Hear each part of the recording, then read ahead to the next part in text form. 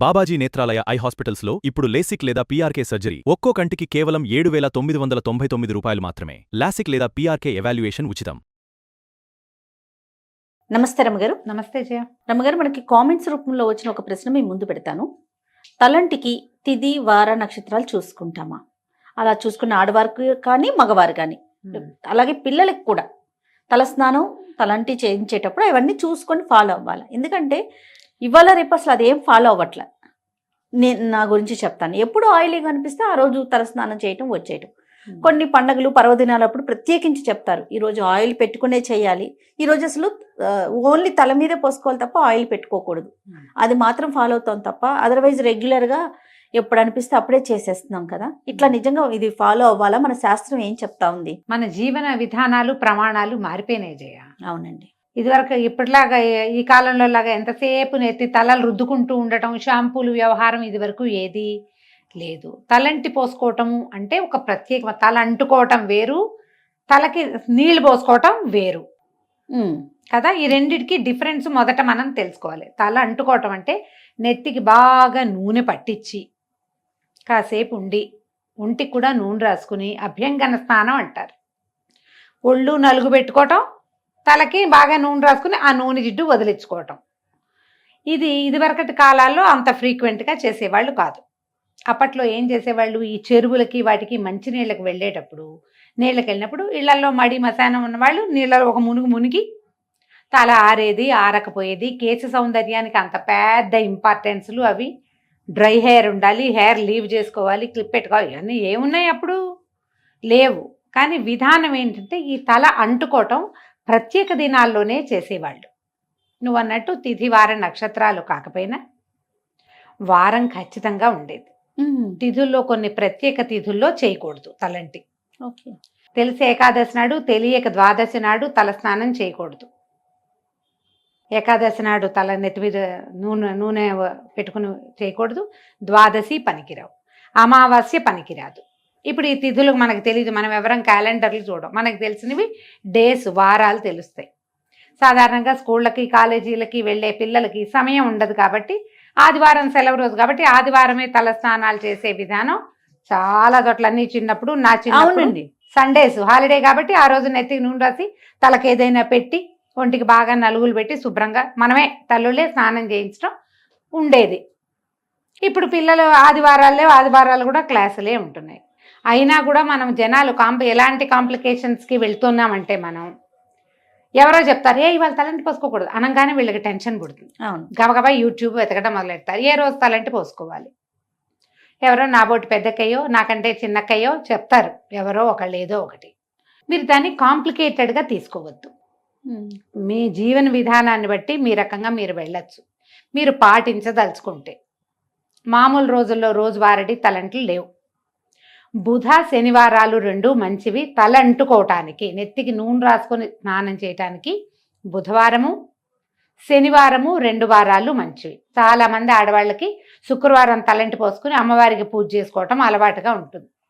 నిజానికి శుక్రవారం తలస్నానం చేస్తే లక్ష్మీదేవికి శిరోభారం అని కొన్ని ప్రాంతాల్లో చెప్తారు. లక్ష్మీదేవికి శిరోభారం వస్తుంది, శుక్రవారం తలంటి పోసుకోకూడదు అని. పూజ చేసుకుంటాం కాబట్టి తలంటి పోసుకోకపోతే ఎలా అని కొంతమంది అడుగుతారు. మీ ఇష్టం, అందుకే చెప్తున్నా ఈ మాట. మీ అలవాటు, మీ ఇంట్లో పద్ధతి, మీ అత్తగారో అమ్మో చెప్తారు, ఫాలో. అత్తగారిని అమ్మని కళ్ళు మూసుకుని గుడ్డిగా, వాళ్ళే మన ప్రథమ గురువులు, ఫాలో అయిపోవటమే.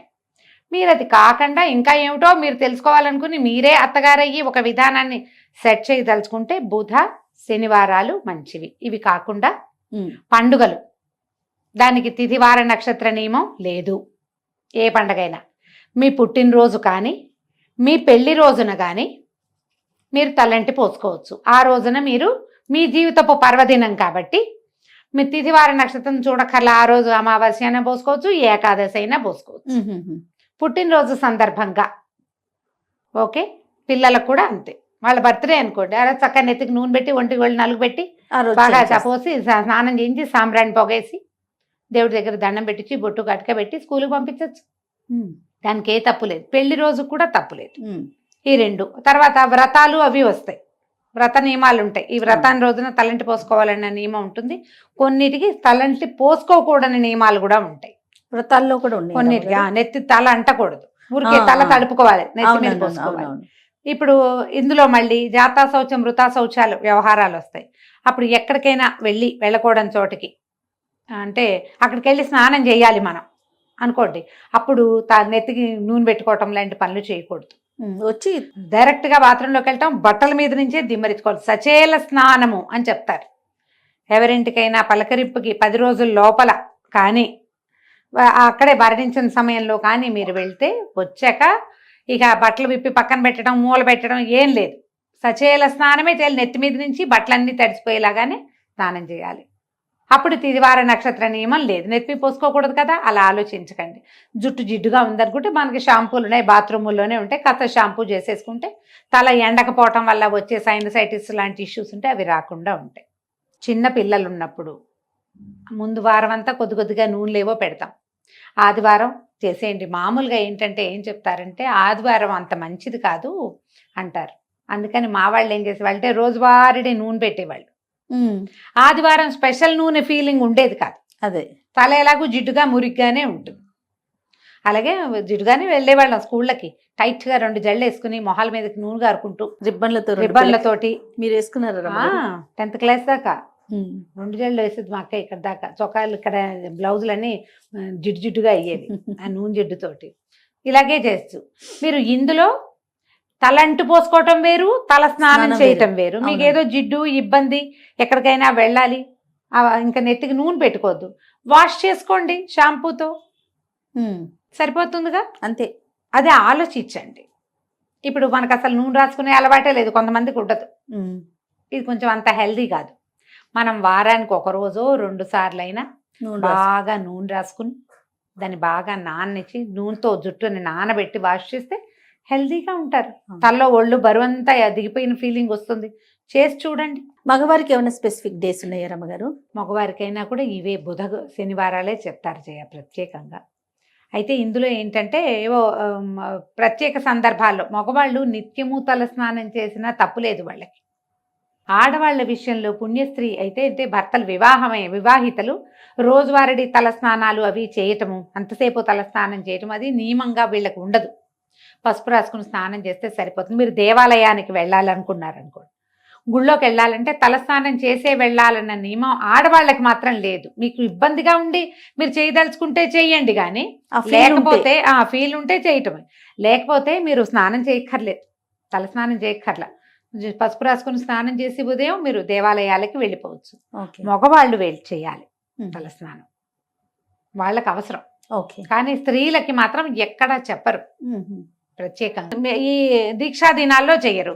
మళ్ళీ మన వసంత నవరాత్రులు రేపు వస్తాయి కదా, ఏమంటారు చైత్ర నవరాత్రులు, శ్రీరామనవమి దాకా ఉగాది నుంచి. ఒకవేళ 10 రోజులు మీరు రామాయణం చదవటము దీక్షగా ఏమైనా పెట్టుకుంటే గనక అప్పుడు కూడా ఇంతే. మొదటి రోజు నూనె రాసుకొని తలస్నానం చేస్తాము, మళ్ళీ అయిపోయాక దీక్షా విరమణ 10 రోజులు అయ్యాక అప్పుడు అట్లా చేస్తారన్నమాట. ఈ మధ్యలో తల మీద నీళ్లు కావాలంటే మీ అవసరాన్ని బట్టి మగవాళ్ళు అయితే పోసుకోవాలి, ఆడవాళ్ళు అయితే పసుపు రాసుకొని స్నానం చేయొచ్చు.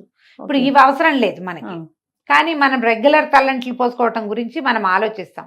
బుధవారం నాడు బుద్ధి పెరుగుతుంది, శనివారం నాడు మన తాలూకు ప్రాబ్లమ్స్ తీరుతాయి, నెగిటివిటీ పోతుంది. శనివారం నాడు నువ్వుల నూనె రాసుకుని స్నానం చేస్తే మంచిది. బుధవారం నాడు ఏ నూనె అయినా పర్వాలేదు. ఓకే రమ్మగారు, నమస్తే. నమస్తే జీ.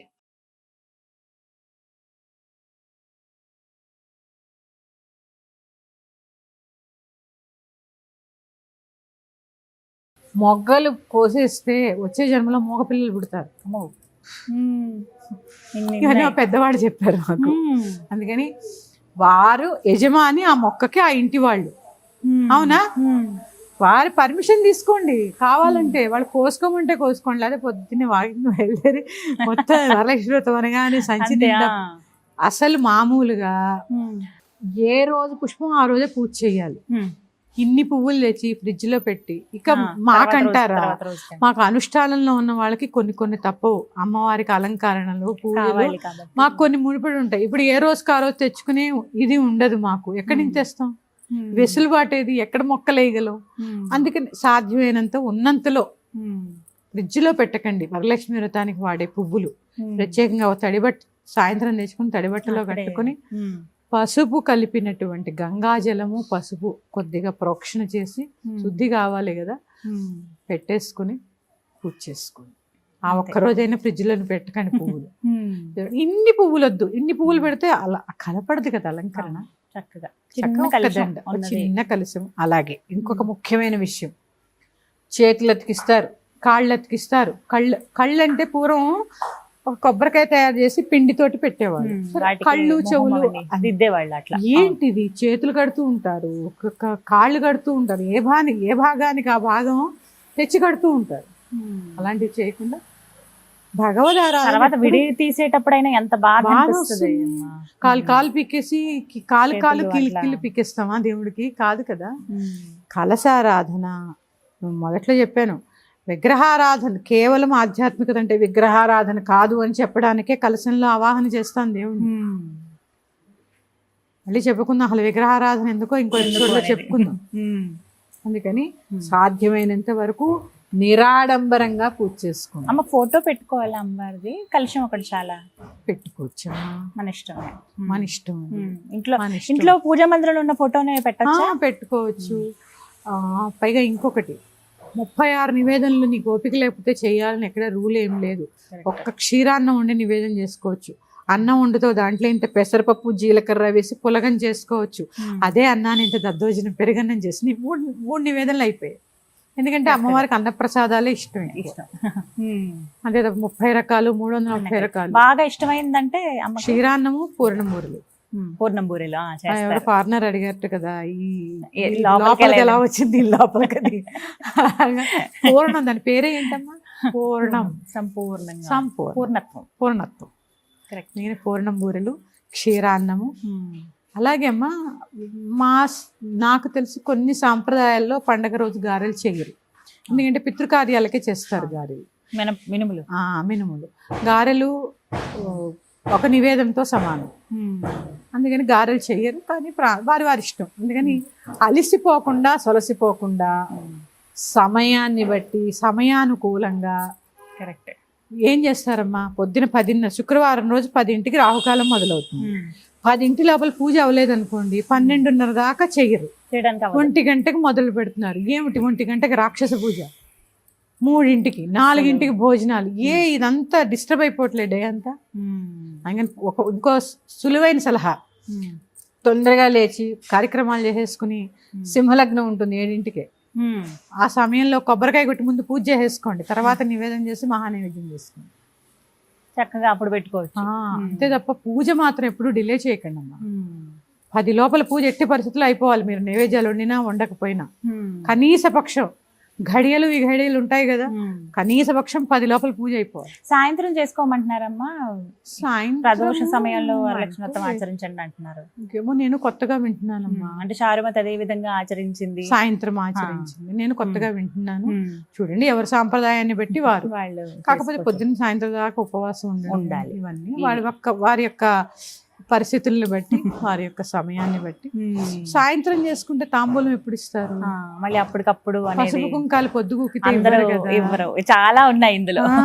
అది కదమ్మా, అందుకని ఇవన్నీ ఉంటాయి కాబట్టి క్లుప్తంగా నిరాడంబరంగా, ఇది ముఖ్యమైన విషయం, ఆర్భాటాలు లేకుండా ప్రశాంతంగా, ఒకళ్ళనొకళ్ళు తిట్టుకోకుండా ప్రశాంతంగా. ఎందుకంటే పని ఒత్తిడి పెరిగిపోతే తిట్టుకుంటాం,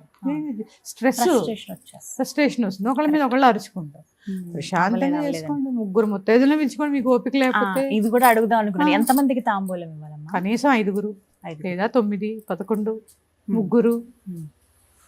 అమ్మలగన్నయ్యమ్మ, ముగ్గురమ్మలమ్మ, ఉలపటమ్మ, 3. లక్ష్మి, పార్వతి, సరస్వతి. శక్తి కొలది ఆ తాంబూలంలో కూడా. దీంట్లో కూడా తాంబూలం ఇచ్చేటప్పుడు శ్రద్ధగా ఇవ్వండి, మాట్లాడుతూ ఇవ్వకండి. ఒక దేవిని, ఆ లక్ష్మీదేవి ఆ స్వరూపంగా మీ ఇంటికి వచ్చిందని భావన చేసి చక్కగా శ్రద్ధగా పసుపు రాసి భగవంతుడికి ఎలాగైతే పూజ చేస్తారో అంతే శ్రద్ధాభక్తులతో తాంబూలం ఇవ్వండి. ఇది చాలా అవసరం. అంతేగాని మీ అబ్బాయి ఎలా ఉండారు, ఈవేళ పరవాణం ఉండాను, గారెలు ఉండారని బొట్టు పెడుతూ కాకుండా, ఎప్పుడు వచ్చారు ఊరి నుంచి, అది కాకుండా ఇంకోటి, వచ్చిన వాళ్ళందరికీ కూడా తాంబూలంతో పాటు ఒక చిన్న స్వీట్ ఇవ్వండి. మధురం నోరు తీపి చేసుకుని వెళ్తారు ముత్తైదు. ఓకేనా? తీయగా ఆశీర్వదిస్తారు. తాంబూలంలో ఉండాల్సిన ముఖ్యమైనటువంటివి 3 తమలపాకులు, 2 వక్కలు, 2 అరటిపళ్ళు, మీకు స్తోమత ఉంటే 2 బ్లౌజ్ పీసులు, ఒక్కటి పెట్టుకోడు, 2 బ్లౌజ్ 2 బ్లౌజ్ పీసులు పెట్టాలి, లేదా చీర జాకెట్ పెట్టాలి. అంతే, ఇంకంతకన్నా ఏం అవసరం లేదు. ఇవి చాలు. అంతే తప్ప గిఫ్ట్ల పేరుతోటి అదనంగా ఇబ్బంది పడాల్సిన అవసరం ఇక్కడ లేదు. వ్రతం చేసుకోమని నువ్వు సుఖంగా ఉండమంటే పంచిపెట్టమని ఎవరు చెప్పారు? ఎక్కడ పైగా అమ్మ సనాతన ధర్మంలో చేసేటువంటి ఏ వ్రతాలు డబ్బు ఖర్చు అయ్యేవి కాదు. మీరు గమనించండి, కావాలంటే పసుపు కుంకుమే ప్రాధాన్యం ఉంటాయి ఎక్కువగా. అవును, ఏవి డబ్బులతో ఖర్చు పెట్టేవి ఏవి కాదు. ఇవన్నీ విరిగిపోతున్నాయి అంతే. అంతా ఈ విధంగా చేసుకో. పెరుగుట విరుగుట కొరకే. అంతే, తెలుసుకోవాలి ఈ చిన్న విషయాలు. చక్కగా వివరించారు. విన్నారు కదా, ఈసారి వరలక్ష్మి వ్రతం ఎలా ఆచరించుకోవాలని ఆలోచిస్తున్న వాళ్ళు చక్కగా ఇలా సింపుల్గా చేసుకునే ఉంటాం. మీరు నేను అందరం బాగా చేయాలి, గ్రాండ్గా చేయాలి, లక్ష్మీ అమ్మవారికి ఎంత చేస్తే మనకు అంత ఇస్తుంది కదా అని ఆలోచన ఉంటుంది. వీటన్నిటికన్నా కూడా భక్తి శ్రద్ధలు ముఖ్యం అంటున్నారు అమ్మ. మరి అది ఒక్క విషయం తెలుసుకుని సింపుల్గానైనా అమ్మ మెచ్చుకునే విధంగా, అమ్మ అనుగ్రహం పొందే విధంగా మనం ఈసారి వరలక్ష్మి వ్రతాన్ని ఆచరించుకుందాం. నమస్కారం.